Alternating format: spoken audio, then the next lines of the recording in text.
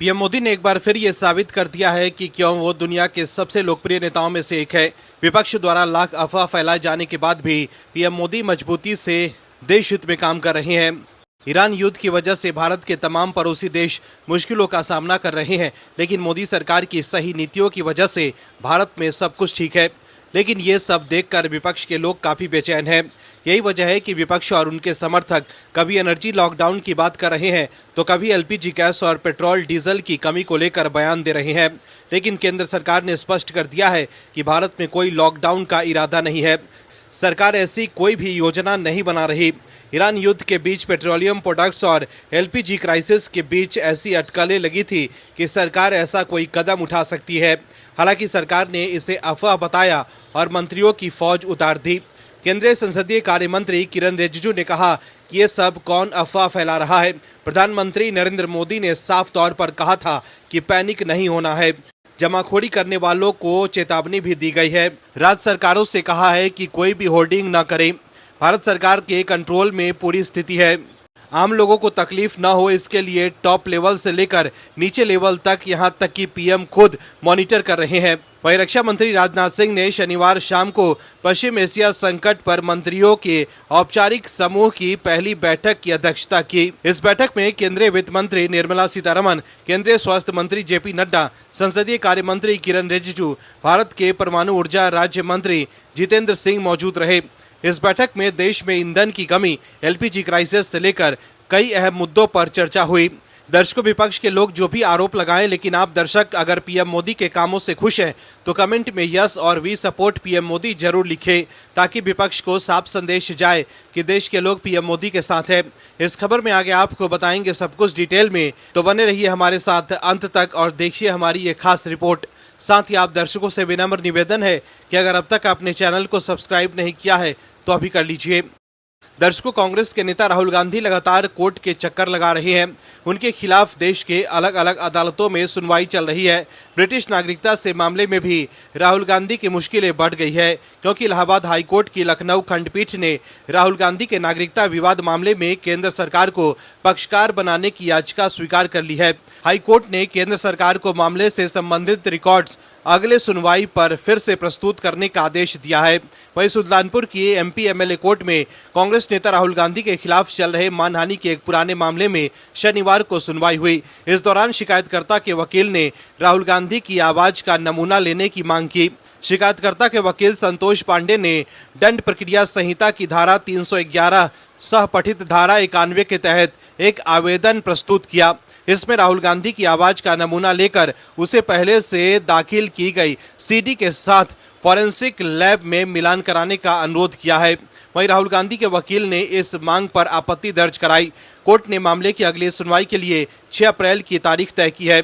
वहीं अधिवक्ता संतोष पांडे ने बताया है कि वे अगली सुनवाई पर बचाव पक्ष की आपत्ति पर अपनी बहस प्रस्तुत करेंगे। वहीं बीजेपी सांसद और एक्ट्रेस कंगना रनौत ने एक बार फिर लोकसभा में नेता प्रतिपक्ष राहुल गांधी पर तीखा हमला बोला है। कंगना ने राहुल गांधी पर देश की अर्थव्यवस्था के बारे में गलत दावे करने के आरोप लगाए। साथ ही उन्होंने राहुल गांधी पर तंज कसते हुए कहा कि उन्हें ट्यूशन दिया जाना चाहिए। वहीं देश के रक्षा क्षेत्र को मजबूत करने की दिशा में एक बड़ा कदम उठाते हुए मोदी सरकार ने 2.38 लाख करोड़ के सैन्य खरीद प्रस्ताव को मंजूरी दे दी है।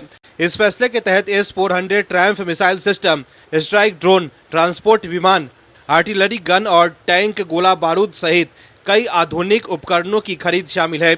ये मंजूरी रक्षा मंत्री राजनाथ सिंह की अध्यक्षता वाली रक्षा अधिग्रहण परिषद ने दी। वहीं इसका उद्देश्य देश की समग्र रक्षा तैयारियों को और मजबूत करना है। वहीं पश्चिम बंगाल विधानसभा चुनाव से पहले बीजेपी ने टीएमसी के खिलाफ मोर्चा खोल दिया है। केंद्रीय गृह मंत्री अमित शाह ने ममता बनर्जी को निशाने पर लिया।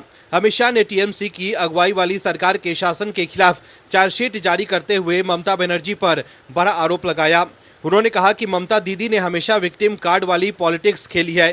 कभी उनका पैर टूट जाता है, कभी उनके सिर पर पट्टी बंध जाती है, कभी वो बीमार पड़ जाती है और कभी वो चुनाव आयोग के सामने खड़ी होकर बेबसी का नाटक करती है और चुनाव आयोग को गालियां देती है। लेकिन मैं उन्हें ये बात बताने आया हूं कि बंगाल के लोग अब विक्टिम कार्ड के इस पॉलिटिक्स को अच्छी तरह से समझ चुके हैं। दर्शकों, कांग्रेस ने हाल ही में कहा था कि पश्चिम एशिया में चल रहे तनाव के बीच ईरान और अमेरिका के बीच मध्यस्थता की भूमिका के लिए कथित तौर पर पाकिस्तान पर विचार किए जाने के बाद भारत की कूटनीति को शर्मिंदगी झेलनी पड़ी है। कांग्रेस महासचिव जयराम रमेश ने एक्स पर एक पोस्ट में कहा था कि इस घटनाक्रम ने भारत की क्षेत्रीय कूटनीति को झटका लगा है और उन्होंने केंद्र सरकार की विदेश नीति के दृष्टिकोण की आलोचना की है। वहीं कांग्रेस आईटी सेल की प्रमुख सुप्रिया श्रीनेत ने भारत सरकार पर सवाल उठाते हुए कहा था कि मिस्र, तुर्की और साथ ही पाकिस्तान जैसे देश अमेरिका और ईरान के बीच तनाव कम करने में मदद कर रहे हैं। सोचिए, पाकिस्तान जैसा देश इस समय ईरान से जुड़े ट्रंप के संकट में अहम देश बनकर सामने आ रहा है, लेकिन इस सब में भारत कहाँ है?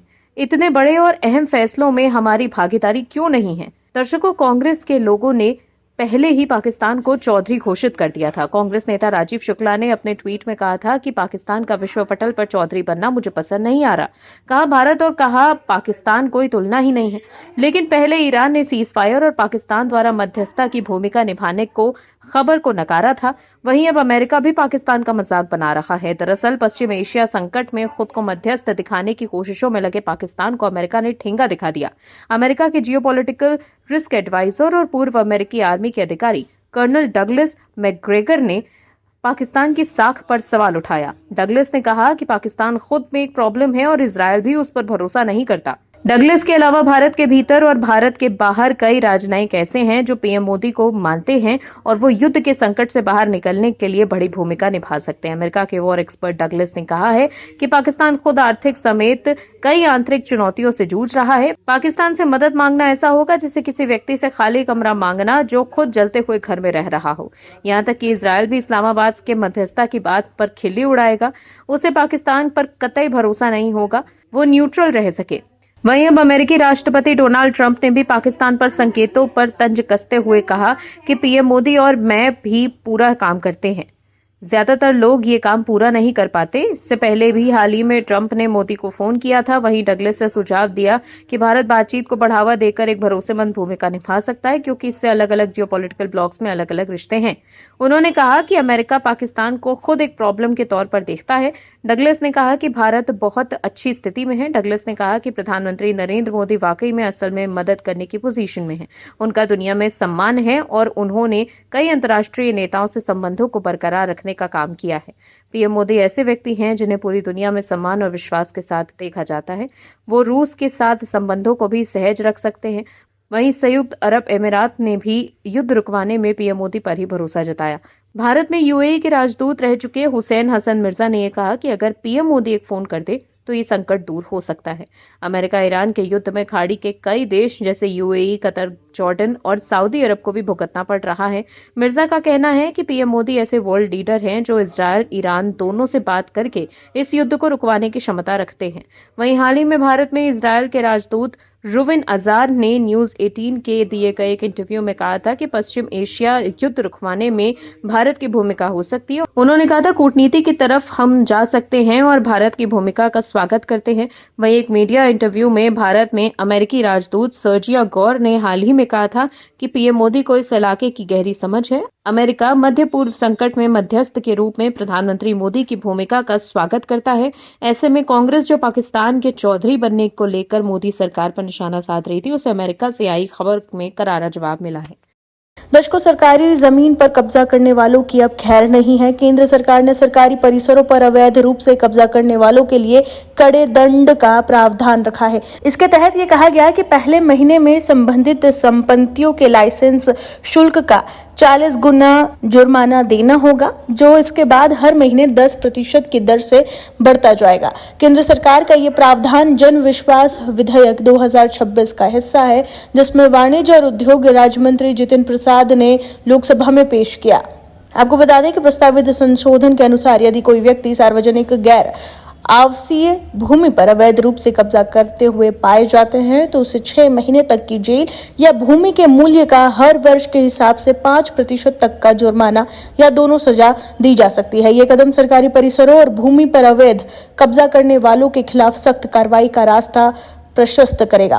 प्रस्तावित बदलावों का उद्देश्य सरकारी जमीन और भवनों पर अवैध कब्जे को रोकने के लिए कानूनी ढांचे को काफी मजबूत करना है, जिसमें आवासीय और गैर आवासीय संपत्तियों के लिए अलग अलग प्रावधान किए गए हैं। वहीं दूसरी तरफ एनजीओ द्वारा विदेशी अनुदान का दुरुपयोग रोकने के लिए सरकार ने शिकंजा और भी ज्यादा कस दिया है। इसके लिए सरकार की ओर से लोकसभा में विदेशी अनुदान नियमन कानून में संशोधन का विधेयक पेश किया है। विधेयक में FCRA लाइसेंस रद्द होने या समाप्त होने की स्थिति में विदेशी अनुदान से बनाई गई संपत्तियां जब्त करने और उनकी देखरेख के लिए केंद्र और राज्य के स्तर पर नई अथॉरिटी बनाने का प्रावधान है। वहीं विपक्ष और विधेयक को खतरनाक बताकर पेश करने का विरोध का जवाब देते हुए गृह राज्य मंत्री नित्यानंद राय ने यह कहा है कि वास्तव में उन लोगों के लिए खतरनाक है जो विदेशी योगदान का इस्तेमाल जबरन धर्मांतरण के लिए या व्यक्तिगत लाभ के लिए करते हैं। जैसे बता दें कि देश में कुल 16,000 एनजीओ को FCRA लाइसेंस मिला हुआ है और उन्हें हर साल लगभग 22,000 करोड़ रुपए की विदेशी सहायता मिलती है। नित्यानंद राय ने कहा है कि साल 2010 के FCRA कानून के कई प्रावधानों में अस्पष्टता होने के कारण उनका उल्लंघन करने वाले एनजीओ के खिलाफ कार्रवाई नहीं हो पाती। वहीं विधेयक को पेश करते हुए नित्यानंद राय ने आगे ये भी कहा कि मोदी सरकार विदेशी फंडिंग के किसी भी दुरुपयोग को बर्दाश्त नहीं करेगी और ऐसे तत्वों के खिलाफ सख्त कार्रवाई करेगी। तो देखा आपने कैसे मोदी सरकार लगातार कानून में बदलाव कर उन लोगों के खिलाफ सख्त कार्रवाई करने के मूड में है जो सरकारी जमीन पर कब्जा करके बैठे हैं और जो लोग विदेशी फंडिंग का इस्तेमाल कर भारत में जबरन धर्मांतरण के लिए या व्यक्तिगत लाभ करते हैं उनके लिए भी ये सख्त कदम है। विपक्ष की सरकारें अक्सर इन मामलों को लेकर कार्रवाई करने से कतराती है क्योंकि उसे अपने वोट बैंक की चिंता रहती है और यही वजह है कि विपक्ष की ओर से लोकसभा में विदेशी अनुदान नियमन कानून में संशोधन विधेयक को खतरनाक बताया गया। लेकिन सरकार का यह साफ कहना है कि ये उन लोगों के लिए खतरनाक है जो विदेशी योगदान का इस्तेमाल जबरन धर्मांतरण के लिए या फिर व्यक्तिगत लाभ के लिए करते हैं। वहीं इन कानूनों को लेकर आप दर्शक क्या राय रखते हैं? सरकार के इस फैसले से आप खुश हैं? तो कमेंट सेक्शन में जरूर बताएं।